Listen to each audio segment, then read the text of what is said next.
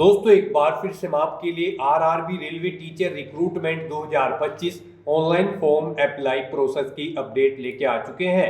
1036 vacancies निकली हुई है मिनिस्ट्रियल एंड आइसोलेटेड कैटेगरीज के लिए। इसमें टीजीटी, पीजीटी, पीआरटी और भी अन्य पोस्ट निकली हुई है। इस वीडियो में हम आपको कंप्लीट जानकारी दिखाएंगे कि कैसे आप इस भर्ती का ऑनलाइन फॉर्म फिल कर सकते हो। फॉर्म फिल करते समय आपको फोटोग्राफ, सिग्नेचर, डॉक्यूमेंट कैसे अपलोड करने होंगे, कैसे आप अपनी क्वालिफिकेशन दे सकते हो और कैसे आप अपनी पोस्ट प्रेफरेंस यहाँ पर दे सकते हो। फीस पेमेंट आप कैसे कर सकते हो, स्टेप बाय स्टेप रजिस्ट्रेशन से लेकर प्रिंट तक हम आपको कंप्लीट जानकारी दिखाएंगे कि कैसे आप फॉर्म फिल कर सकते हो। साथ ही साथ इस वीडियो में हम आपको ये भी जानकारी दिखाएंगे कि क्या यहाँ पर post wise, category wise vacancies निकली हुई है, क्या जोन वाइज वैकेंसीज है, कैसे आप इस भर्ती की ऑफिशियल नोटिफिकेशन की पीडीएफ डाउनलोड कर सकते हो, एलिजिबिलिटी क्राइटेरिया आपका क्या रहेगा, एग्जाम पैटर्न सिलेबस क्या रहेगा, कैसे अप्लाई कर सकते हो और कब से कब तक आप अप्लाई कर सकते हो। स्टेप बाय स्टेप पूरी जानकारी के लिए आपको ये वीडियो शुरू से लेके एंड तक बिना स्किप किए हुए देखनी होगी। इस वीडियो को कंप्लीटली देखने पर ही आपके सभी सवाल और डाउट क्लियर होंगे। तो चलिए दोस्तों बिना कोई वक्त गवाए शुरू करते हैं RRB teacher ministerial and isolated categories vacancy 2025 form fill up की पूरी जानकारी। फॉर्म भरने के लिए सबसे पहले आपको हमारी वेबसाइट आईएनडी सरकारी नौकरी पर विजिट करना होगा, जिसका लिंक आपको नीचे description plus first comment box में मिल जाएगा और हमारे इस पेज पर विजिट करके आप यहां से आरआरबी का फॉर्म फिल कर सकते हो। जी हाँ दोस्तों, railway recruitment board, Indian railway, भारतीय रेलवे की ओर से मिनिस्ट्रियल एंड आइसोलेटेड कैटेगरीज की वेरियस पोस्ट यहाँ पर रिलीज कर दी गई है, जैसे कि टीजीटी, पीजीटी, पीआरटी, सुपरवाइजर और भी अन्य पोस्ट है। सभी के लिए 1036 वैकेंसीज निकली हुई है। यहाँ पर आवेदन की एक बार फिर से लास्ट डेट बढ़ा दी गई है। अब आप इसके लिए 28 फरवरी 2025 तक आवेदन कर सकते हो। लास्ट डेट की न्यू अपडेट है, केवल 2 दिन शेष रह गए हैं। आप जल्द से जल्द अपना फॉर्म फिल कर ले, कहीं मौका हाथ से छूट न जाए। इसी तरह से करेक्शन की और फीस पेमेंट की भी डेट बढ़ा दी गई है। यहाँ पर 12th graduate, post graduate degree, BEd, BPEd, LLB, DMLT, diploma धारक अप्लाई कर सकते हैं। 18 से 33, 35, 36, 38, 43 और 48 वर्ष आयु सीमा है। 500 रुपये फीस है, इसमें 400 रिफंडेबल है। SC/ST PWD फीमेल के लिए 250 है, जो कि टोटल रिफंड कर दी जाएगी।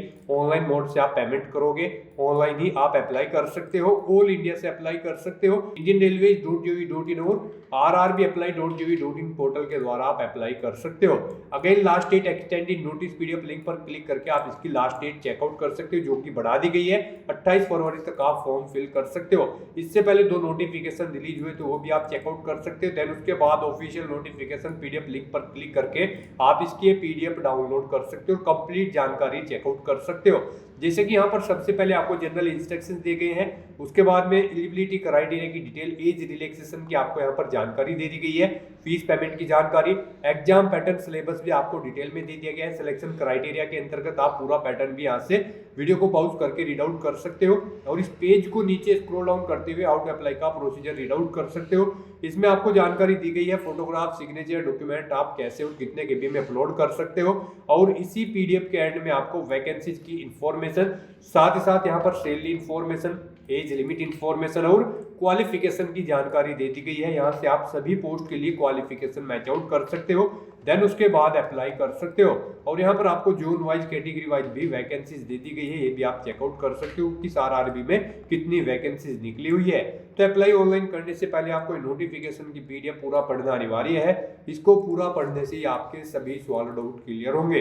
पीडीएफ रीड आउट करने के बाद में आपको अप्लाई ऑनलाइन लिंक पर क्लिक करना होगा, तो आपके सामने इसका ऑनलाइन का पोर्टल ओपन हो जाएगा। गाइस यहाँ पर आने के बाद आपको इस वेबसाइट के टॉप पर ही अप्लाई का ये टैब दिया गया है। जैसे ही आप इसके ऊपर अपना कर्सर लाएंगे, अगर आपने यहाँ पर पहले से रजिस्ट्रेशन कर रखा है तो आपको ऑलरेडी हैव एन अकाउंट इस ऑप्शन पर क्लिक करना है और फिर यहाँ पर आपसे पूछा गया है आप लॉगिन करने के लिए आधार के थ्रू लॉगिन करना चाहते हो या फिर आरआरबी अकाउंट के थ्रू। अगर आप आधार के थ्रू यहाँ पर लॉगिन करना चाहते हैं तो लॉगिन विद आधार इस ऑप्शन पर क्लिक करें। उसके बाद आप अपना आधार नंबर या फिर कोई अपनी आईडी का नंबर एंटर करें जो आपने प्रोवाइड कराई थी। फिर आप जनरेट ओटीपी ऑप्शन पर क्लिक करें आपके रजिस्टर्ड मोबाइल नंबर पर एक OTP आएगा। वो OTP आपको यहाँ पर एंटर करना है और फिर आपको I am not a robot इस ऑप्शन पर क्लिक करना है और लॉगिन की टैब पर क्लिक करके अपने डैशबोर्ड में लॉगिन करके अपना फॉर्म अप्लाई कर लेना है। और गाइज अगर आप RRB अकाउंट के थ्रू लॉगिन करना चाहते हैं तो आप लॉगिन विद RRB अकाउंट इस ऑप्शन पर क्लिक करें, अपना मोबाइल नंबर या ईमेल एड्रेस एंटर करें, अपना पासवर्ड एंटर करें, I am not a robot इस चेकबॉक्स को ओके करें और लॉगिन की टैब पर क्लिक करके फिर यहाँ पर आपके सामने 2 फैक्टर ऑथेंटिकेशन का ये पॉपअप ओपन होगा। यहाँ पर आप सेंड OTP टू ईमेल इस ऑप्शन पर क्लिक करें या फिर सेंड OTP टू फोन इस ऑप्शन पर क्लिक करें। अगर आप OTP टू ईमेल ऑप्शन पर क्लिक करते हैं तो आपकी ईमेल आईडी पर एक OTP जाएगा। वो OTP आपको यहाँ पर एंटर करना है और लॉगिन की टैब पर क्लिक करके अपने डैशबोर्ड में लॉगिन कर लेना है। और अगर आप send OTP to phone option पर क्लिक करते हैं तो फिर आपके रजिस्टर्ड मोबाइल नंबर पर एक OTP जाएगा। वो OTP आपको यहाँ पर एंटर करना है और फिर लॉगिन की टैब पर क्लिक करके अपने डैशबोर्ड में लॉगिन कर लेना है और फिर वहां से आप अपना फॉर्म अप्लाई कर ले। और गाइस यहाँ पर अगर आपने अभी तक अपना रजिस्ट्रेशन नहीं किया है, आप फर्स्ट टाइम RRB की इस भर्ती के लिए अप्लाई करने जा रहे हैं, तो यहाँ पर आपको सबसे पहले अपना अकाउंट क्रिएट करना होगा। उसके लिए आपको क्रिएट एन अकाउंट इस ऑप्शन पर क्लिक करना है। उसके बाद आपके सामने कुछ इस तरह से इंटरफेस ओपन होगा। यहाँ पर आकर आपको सबसे पहले अपनी नेशनैलिटी सिलेक्ट कर लेनी है, फिर आपको अपना फुल नेम यहाँ पर देना है। ये नेम आपको अपनी 10वीं की मार्कशीट के अकॉर्डिंग देना होगा। फिर आपको अपना कंप्लीट नाम एक बार फिर से यहाँ पर टाइप कर देना है वेरिफिकेशन के लिए। उसके बाद आपसे पूछा गया है कि क्या आपने कभी अपना नाम चेंज किया है, अगर किया है तो यस ऑप्शन सेलेक्ट करें, फिर I understand and I agree इस ऑप्शन पर क्लिक करें और जो नाम आपने चेंज किया है वो यहाँ पर आप एंटर कर दे, उसे रिटाइप करके कंफर्म कर ले। और अगर आपने कभी अपना नाम चेंज नहीं किया है तो यहाँ पर आपको नो ऑप्शन सेलेक्ट करना होगा। उसके बाद यहाँ पर आपको अपनी डेट ऑफ बर्थ इस कैलेंडर में से सिलेक्ट करनी है, उसे एक बार फिर से यहाँ पर आपको टाइप करना होगा DDMMYY फॉर्मेट में, मींस पहले डे फिर मंथ और फिर ईयर। उसके बाद यहाँ पर आपको अपना जेंडर सेलेक्ट करना है, अपना जेंडर एक बार फिर से आपको रिसेलेक्ट करना है। अपने फादर का नाम आपको यहाँ पर एंटर करना है, फिर आपको अपने फादर का नाम भी यहाँ पर रीटाइप करना होगा। सभी चीजें यहाँ पर आपको 2 टाइम एंटर करनी होगी वेरिफिकेशन के लिए। उसके बाद यहाँ पर आपको अपनी मदर का नाम एंटर करना है, उसे भी कंफर्म कर लेना है एक बार फिर से रीटाइप करके। उसके बाद यहाँ पर आपको अपनी कॉन्टैक्ट डिटेल प्रोवाइड करानी है। आप अपना ईमेल एड्रेस यहाँ पर एंटर करें और फिर जनरेट ईमेल OTP इस ऑप्शन पर क्लिक करें। आपकी ईमेल आईडी पर एक OTP आएगा, वो OTP आप यहाँ पर एंटर करें और अपनी ईमेल आईडी को वेरीफाई कर लें। फिर आप अपना मोबाइल नंबर यहाँ पर एंटर करें और फिर जनरेट मोबाइल OTP ऑप्शन पर क्लिक करें। उसके बाद आपके मोबाइल नंबर पर एक OTP आएगा, वो OTP आपको यहाँ पर एंटर करके अपना मोबाइल नंबर भी वेरीफाई कर लेना है। मोबाइल नंबर वेरीफाई करने के बाद आपको अपना आधार वेरिफिकेशन करना है।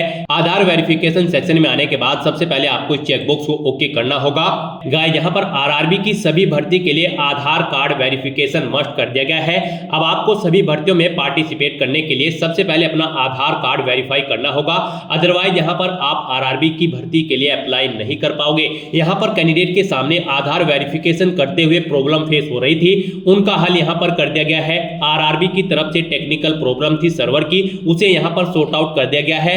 अब यहाँ पर आप सिंपली अपना आधार नंबर एंटर करें, फिर आप OTP वेरिफिकेशन ऑप्शन पर क्लिक करके जनरेट आधार OTP ऑप्शन पर क्लिक करें। एक OTP आपके रजिस्टर्ड मोबाइल नंबर पर आएगा जो आपके आधार से अटैच है, वो OTP आप यहाँ पर एंटर करें और वेरीफाई बटन पर क्लिक करके अपना आधार कार्ड यहाँ पर वेरीफाई कर ले। और अगर आपका आधार कार्ड यहाँ पर OTP के थ्रू वेरीफाई नहीं हो रहा है तो फिर आप फिंगरप्रिंट वेरिफिकेशन इस ऑप्शन पर क्लिक करें और फिर आप कैप्चर फिंगरप्रिंट इस ऑप्शन पर क्लिक करें और फिर आप अपने फिंगरप्रिंट यहाँ पर आधार कार्ड की कैप्चर कर ले और वेरीफाई की टैब पर क्लिक करके आप अपने फिंगरप्रिंट यहाँ पर वेरीफाई कर ले।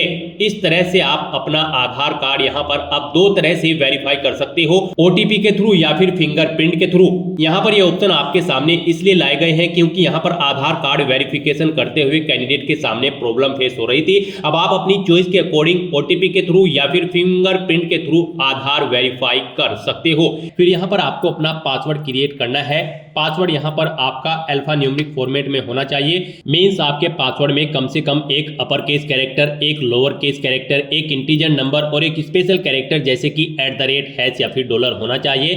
तो इस फॉर्मेट में आपको अपना पासवर्ड क्रिएट करना है। वही पासवर्ड आपको यहाँ पर कंफर्म पासवर्ड फील्ड में एंटर करना है।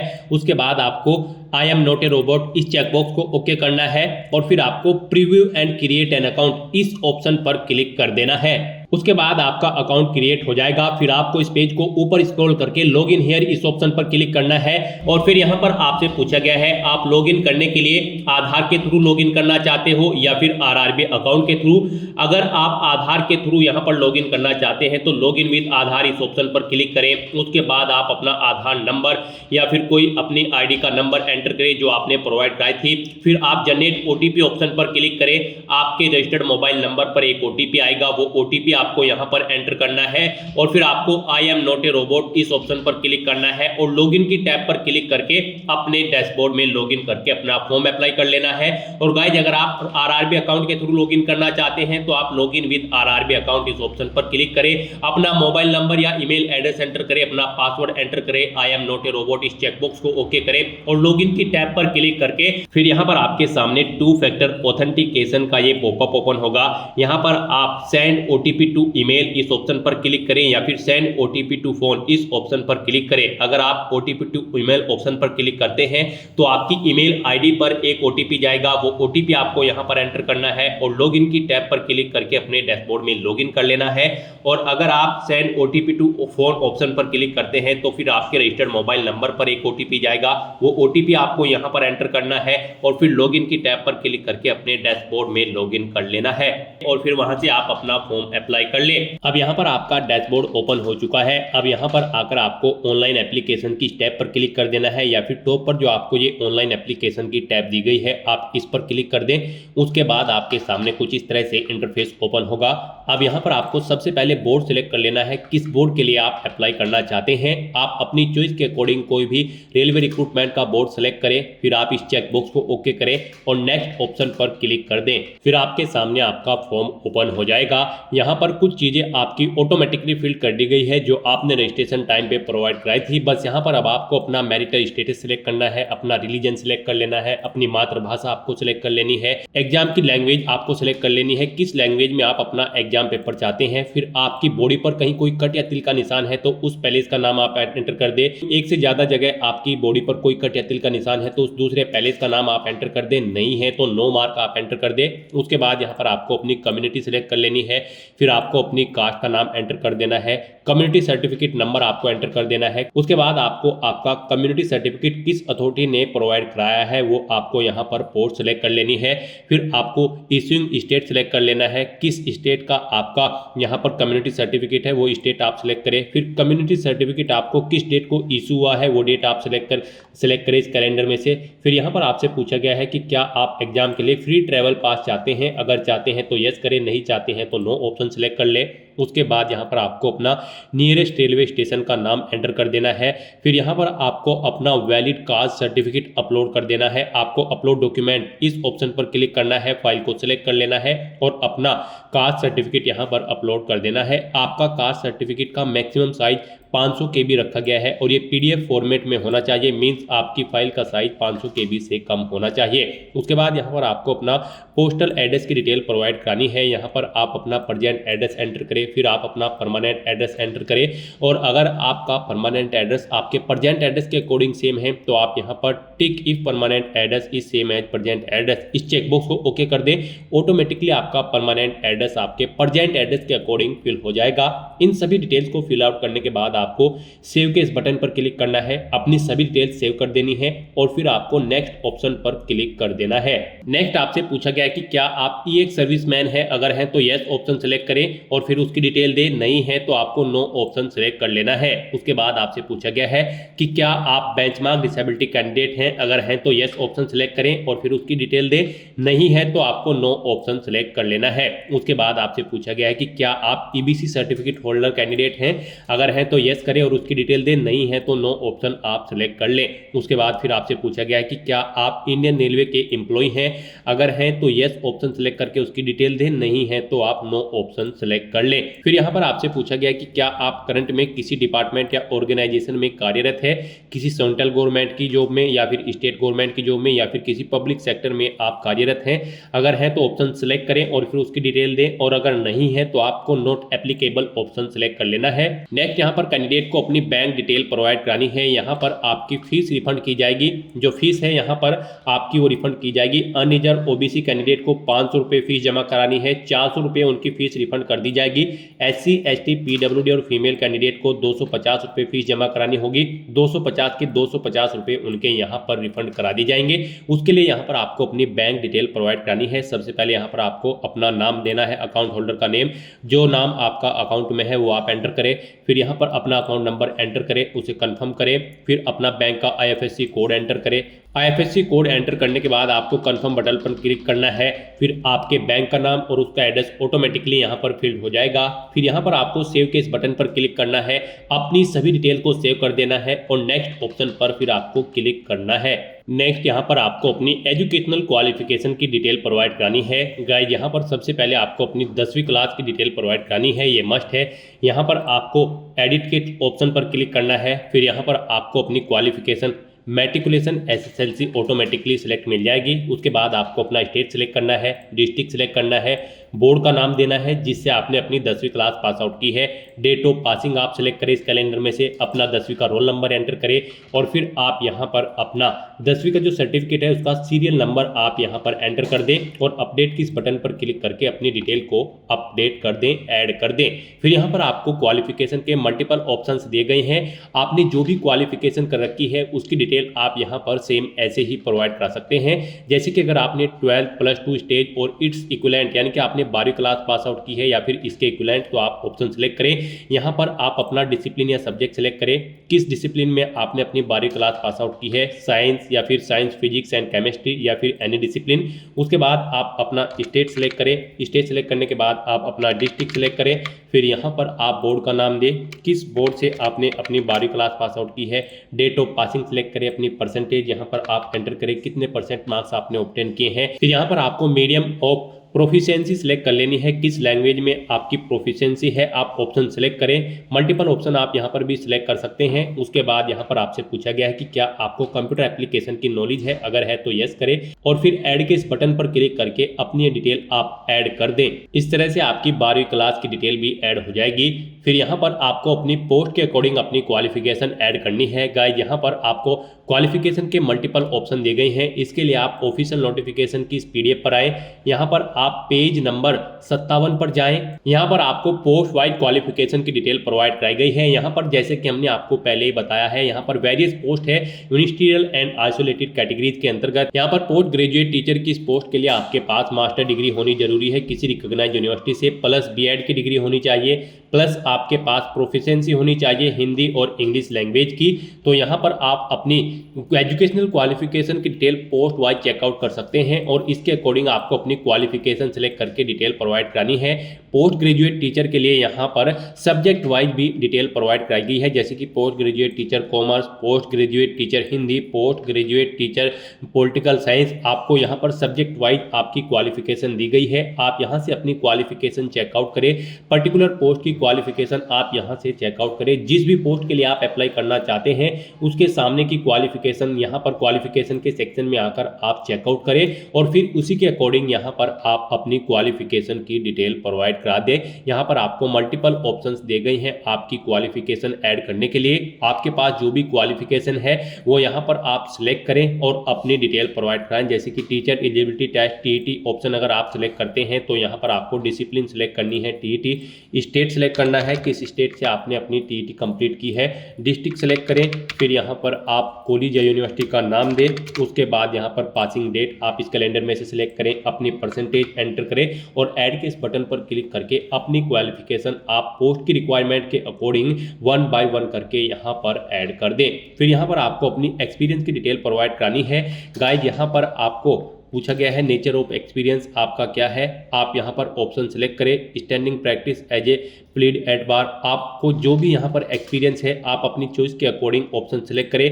फिर यहाँ पर आपसे पूछा गया है कि आप कार्यरत हैं या फिर आप जॉब छोड़ चुके हैं। अगर जॉब छोड़ चुके हैं तो आप पास्ट एंटर करें, प्रेजेंट में भी वर्किंग है तो आप आप प्रेजेंट ऑप्शन सेलेक्ट करें। फिर आप यहाँ पर ऑप्शन सेलेक्ट करें किस डेट से आप कार्यरत हैं, और यहाँ पर अगर आप प्रेजेंट में कार्यरत हैं तो इस डेट के सिलेक्ट करते ही आपकी ऑटोमेटिकली ईयर, मंथ और डेज आपके सामने कैलकुलेट होकर आपको शो कर दी जाएंगे। एक से ज़्यादा जगह वर्किंग एक्सपीरियंस अगर आपको है तो यहाँ पर आप ऐड बटन पर क्लिक करें, एक और रो ऐसी ही यहाँ पर ऐड हो जाएंगी और उसमें आप अपने एक्सपीरियंस की डिटेल प्रोवाइड करा दें। इस तरह से अपनी क्वालिफिकेशन और एक्सपीरियंस की डिटेल प्रोवाइड कराने के बाद अब आपको नेक्स्ट के इस ऑप्शन पर क्लिक करना है। नेक्स्ट आपके सामने कुछ इस तरह से इंटरफेस ओपन होगा। अब यहाँ पर आपको अपना फोटो और सिग्नेचर अपलोड करने हैं। गाइस यहाँ पर आपका फोटो 50 से 100 KB के बीच में होना चाहिए और साइज इसका यहाँ पर इसकी हाइट 320 पिक्सल और विड्थ 240 पिक्सल के बीच में होनी चाहिए। सिग्नेचर भी आपके यहाँ पर 30 से 70 KB के बीच में होने चाहिए। इसकी हाइट 60 पिक्सल और विड्थ इसकी 140 पिक्सल होनी चाहिए। यहाँ पर गाइड आप दी गई गाइडलाइंस के अकॉर्डिंग ही अपना फोटो और सिग्नेचर अपलोड करें, अदरवाइज आपका एप्लीकेशन फॉर्म यहाँ पर रिजेक्ट हो सकता है। मोस्टली कैंडिडेट इस सेक्शन में गलती कर देते हैं जिसकी वजह से उनका एप्लीकेशन फॉर्म रिजेक्ट होने के चांसेस रहते हैं। तो आपको दी गई गाइडलाइंस के अकॉर्डिंग ही यहाँ पर अपना फोटो सिग्नेचर अपलोड करने हैं। आपको ब्राउज के इस बटन पर क्लिक करना है, फाइल को सिलेक्ट कर लेना है और 1 बाय 1 करके आपको अपना फोटो और सिग्नेचर अपलोड कर देने हैं। यहाँ पर अगर आपका फोटो छोटा या बड़ा है तो उसके साइज को आप यहाँ पर अपने हिसाब से आप कम या ज्यादा कर सकते हैं। आप गूगल में जाकर कोई भी इमेज रिसाइजर का टूल ओपन कर ले और उसके थ्रू आप अपना फोटो और सिग्नेचर यहाँ पे सेटअप करके उन्हें अपलोड कर दें। इस तरह से अपना फोटो और सिग्नेचर अपलोड करने के बाद आपको सेव के इस बटन पर क्लिक करना है, अपने इन डॉक्यूमेंट को सेव कर देना है और फिर आपको नेक्स्ट ऑप्शन पर क्लिक करना है। नेक्स्ट आपके सामने कुछ इस तरह से इंटरफेस शो होगा। यहाँ पर आपको आपकी क्वालिफिकेशन के अकॉर्डिंग पोस्ट शो कर दी जाएंगी। आप जिन पोस्ट के लिए एलिजिबल हैं अपनी क्वालिफिकेशन के अकॉर्डिंग उनके नाम यहाँ पर आपको दे दी गई हैं। आपको प्लस के इस निशान पर क्लिक करके इस सेकंड सेक्शन में उन्हें प्रेफरेंस देते हुए आप जिस भी पोस्ट को प्रेफरेंस देना चाहते हैं पहले उसके सामने प्लस के निशान पर क्लिक करें और इस सेक्शन में उसे ऐड कर दे। इस तरह से आपको 1 बाय 1 करके अपनी क्वालिफिकेशन के अकॉर्डिंग जो भी पोस्ट आपकी यहाँ पर शो हुई है उन्हें आपको प्लस के इस निशान पर क्लिक करके सेकंड कॉलम में ऐड कर देना है। फोटो एंड सिग्नेचर अपलोड करने के बाद जैसे ही कैंडिडेट नेक्स्ट ऑप्शन पर क्लिक कर रहे हैं उनके सामने यहाँ पर प्रॉब्लम शो हो रही है। यहाँ पर इस सेक्शन में आपके सामने वही पोस्ट शो होंगी जो आपकी क्वालिफिकेशन के अकॉर्डिंग मैच करती है। कैंडिडेट को यहाँ पर प्रॉब्लम का फेस करना पड़ रहा है, क्वालिफिकेशन वो सही ढंग से नहीं भर पा रहे हैं जिसकी वजह से यहाँ पर उनको पोस्ट के नाम शो नहीं हो पा रहे हैं। आपको ऑफिशियल नोटिफिकेशन को ओपन करके पोस्ट के अकॉर्डिंग अपनी क्वालिफिकेशन आपको ऐड करनी है क्वालिफिकेशन के सेक्शन में। उसके बाद ही यहाँ पर आपको पोस्ट शो होंगी जिन पर आप आवेदन करना चाहते हैं। तो क्वालिफिकेशन के सेक्शन में आपको अपनी क्वालिफिकेशन यहाँ पर केयरफुली एंटर करनी है। उसके बाद ही यहाँ पर आपको पोस्ट के नाम शो होंगे जिन पर आप अप्लाई कर सकते हो। उसके बाद आपको इस पेज को नीचे स्क्रॉल डाउन करना है, इस चेकबॉक्स को ओके करना है, इन चेकबॉक्सेस को ओके करना है और यहाँ पर सेव बटन पर क्लिक करके आपको अपनी सभी डिटेल सेव कर देनी है। पहले इसका नाम भी यहाँ पर आपको एंटर कर देना है और फिर आपको प्रीव्यू एप्लीकेशन ऑप्शन पर क्लिक करना है। उसके बाद आपको आपके एप्लीकेशन फॉर्म का पूरा प्रीव्यू यहाँ पर शो कर दिया जाएगा। आपको सभी डिटेल केयरफुली रीड आउट करनी है, चेकआउट करनी है। कहीं पर कोई मिस्टेक है तो आप एडिट बटन पर क्लिक करके एडिट कर सकते हो। कोई मिस्टेक नहीं है तो आपको इस चेकबॉक्स को ओके करना है और सबमिट बटन पर क्लिक कर देना है। इस तरह से यहाँ पर आपका एप्लीकेशन फॉर्म सक्सेसफुली सबमिट हो चुका है, लेकिन इसे कंफर्म आपके फीस पेमेंट के बाद ही किया जाएगा। अब यहाँ पर आपको अपना फीस का अमाउंट पे करना है अपनी कैटेगरी के अकॉर्डिंग। यहाँ पर रिजर्व कैटेगरी कैंडिडेट को 250 रुपये एप्लीकेशन फीस जमा करानी है। सभी की सभी फीस यहाँ पर आपकी बाद में रिफंड कर दी जाएगी और अनरिजर्व कैटेगरी कैंडिडेट को 500 रुपये फीस के रूप में जमा कराने होंगे। 400 रुपये उनके यहाँ पर रिफंड कर दिए जाएंगे बाद में। तो यहाँ पर अब आपको फीस का अमाउंट जमा कराना है, उसके बाद ही आपका फॉर्म यहाँ पर कंफर्म किया जाएगा। तो यहाँ पर अब आपको पे विथ ऑप्शन पर क्लिक करना है। उसके बाद आपके सामने यहाँ पर पेमेंट का ये इंटरफेस ओपन होगा। गाइस यहाँ पर आने के बाद आपको ऑप्शन प्रोवाइड कर दिए गए हैं। आप यहाँ पर net banking, debit card, credit card के थ्रू या फिर यूपीआई क्यूआर के थ्रू अपना फीस पेमेंट कर सकते हो। आप अपनी चॉइस के अकॉर्डिंग कोई भी ऑप्शन सेलेक्ट करें। यूपीआई/क्यूआर अगर आप सेलेक्ट करते हो तो यहाँ पर आपको शो क्यूआर कोड इस ऑप्शन पर क्लिक करके कोड को स्कैन करके फीस पेमेंट कर देना है, या फिर आप अपनी यूपीआई आईडी एंटर करके या फिर मोबाइल नंबर एंटर करके भी फीस पेमेंट कर सकते हो। शो क्यूआर कोड आप इस ऑप्शन पर क्लिक करें। उसके बाद यहाँ पर आपको फीस का अमाउंट शो किया जाएगा 250 रुपये, आपकी कैटेगरी के अकॉर्डिंग 250 या फिर 500 रुपये। फिर कंटिन्यू एंड पे ऑप्शन पर क्लिक करें। उसके बाद यहाँ पर आपके सामने QR कोड जनरेट कर दिया जाएगा। आपको इसे स्कैन कर लेना है और अपना फीस पेमेंट कर देना है। सक्सेसफुली फीस पेमेंट होते ही आपका एप्लीकेशन फॉर्म का सभी स्टेप्स कंप्लीट हो जाएगा, आपका फॉर्म कंफर्म हो जाएगा और आपका फॉर्म सक्सेसफुली सबमिट हो जाएगा। उसके बाद आपको अपने एप्लीकेशन फॉर्म का एक हार्ड कॉपी प्रिंट आउट ले लेना है फ्यूचर यूज के लिए, फ्यूचर रेफरेंस के लिए। तो दोस्तों ऐसे आप RRB ministerial and isolated categories की इन 1036 पोस्ट के लिए अपना फॉर्म अप्लाई कर सकते हो बिना कोई मिस्टेक किए हुए। आज की इस वीडियो में बस इतना ही। आई होप ये वीडियो आपको पसंद आई होगी। अगर पसंद आई हो तो इसे लाइक और शेयर करें। चैनल पर नए हो तो इसे सब्सक्राइब कर लें। Thanks for watching.